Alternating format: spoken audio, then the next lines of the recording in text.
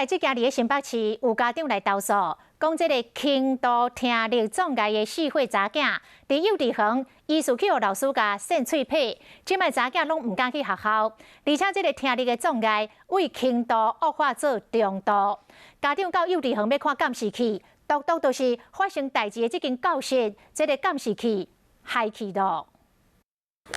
Teacher， 你平常有没有打过你？有，打哪里？这里跟这里。这个囡仔讲，伫学校和老师扇喙皮，因老母听了后，真正有够唔甘。他你打到我眼睛，有那1、2、3。是因为你没有睡觉，是不是？对，我没睡觉又没关系。代志发生伫去年12月25，因老母相信讲伊的囡仔袂讲袂猜，决定去幼稚园问个清楚，也过想袂到讲。想要了解说事发的经过，园长一直说监视器画面是黑的。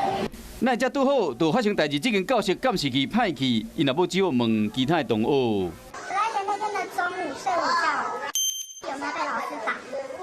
有，是不是？老师怎么打他？打脸吗？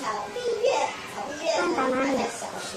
打这个脸。听力是从所谓的轻度的听损，已经来到了中度听损。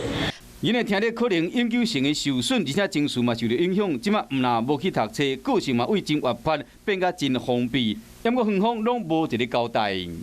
现在目前这个老师，我们现在停职当中，那一切调查当中，就是等待调查结果这样。事后，教育局有调查发现讲，这个被指控出手拍人的教保员，虽然讲有合格证照，也毋过是其他幼稚园的老师，所以讲幼稚园被罚5万块。另外调查也证实讲，这个教保员真正有动手，上重会使罚60万块，永远袂使聘用。目前家长嘛已经提出伤害告诉。